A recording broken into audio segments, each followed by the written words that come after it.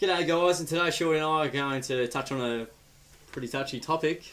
It's the umpires and their accountability towards the players. And what we do have is a bit of vision, a few examples of accidents happening this year.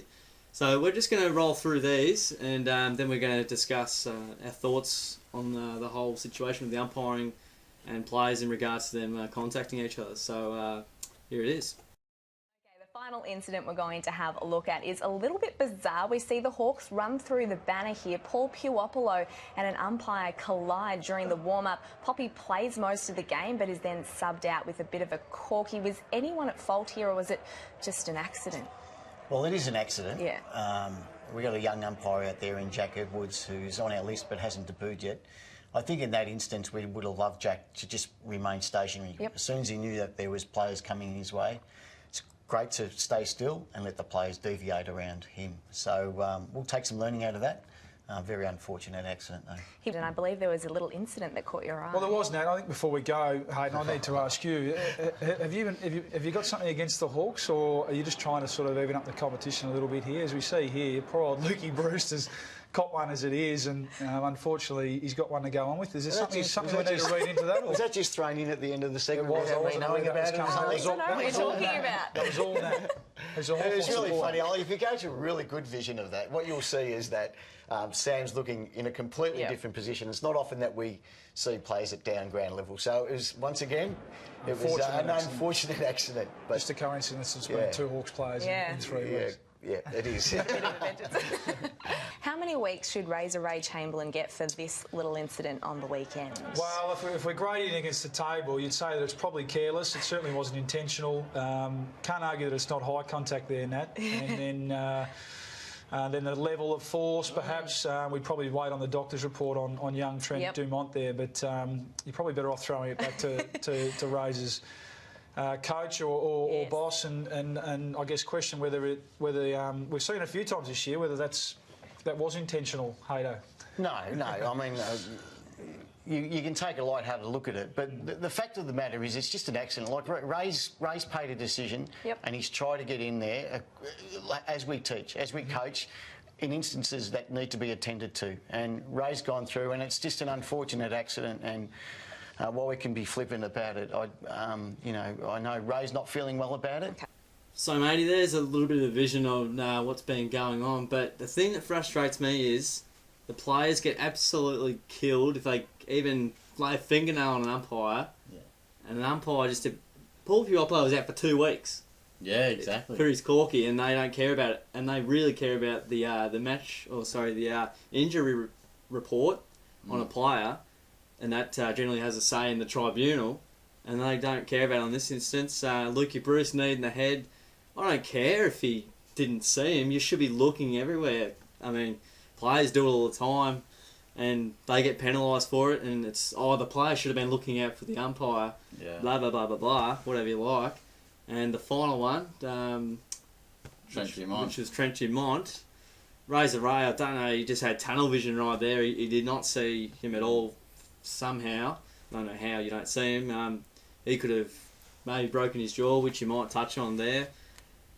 It's just terrible umpiring. You got to be aware of your surroundings, and that's the duty of care of a player and an umpire. If you are going to bring out fines or suspend players, make sure you do it to the umpires as well. Either charge an umpire or fine him and fine the player so they're on an even ground, or don't worry about it at all, and they're all accidents. And I hate how Kennedy just said, it's just an unfortunate accident. One trick pony, just trying to protect the umpires. Yeah. It's, there's 2 levels on the field. Look after them both. You can be better than that. Yeah, no, I feel like Caro's arrow at the moment, mate. Passionate words, Tiz. It's good though. No, I tend to agree. I think, Puopolo, he's missed AFL footy. Like, he's missed games. So he can't be having because of an umpire. Yeah, and just dumb, really. The umpire, what's he doing there? And the Brewster and Dumont one, well, he's called them unfortunate accidents. I reckon they're pretty fortunate, to be honest, because he got lucky. I can't believe you would think he got him pretty hard, and I was watching the Dumont one. He actually sort of stumbled for a little. It hit him hard.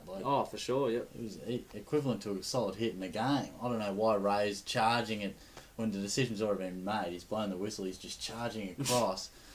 Look, so... Bad positioning. Yeah.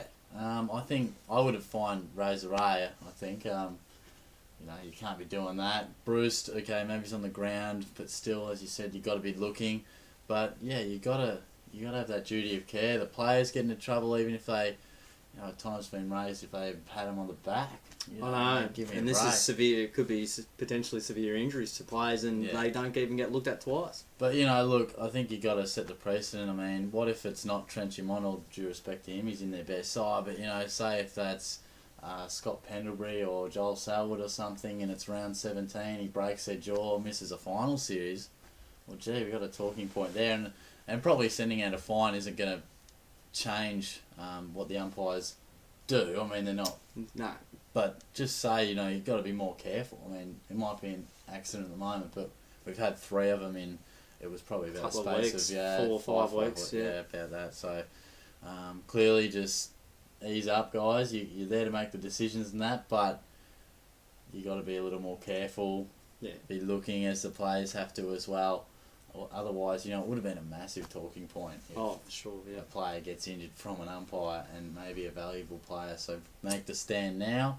It's a level playing ground out there. Yeah, you can't have double standards happening, mate. That's as simple as it is.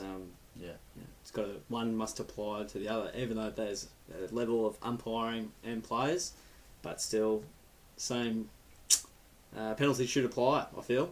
And if there are no penalties, no, they're all accidents. Yeah. For whatever reason. Yeah, So, make the stand now while it's relevant. while it's young. Yeah. And when finals aren't around the corner. Yeah, spot on, mate.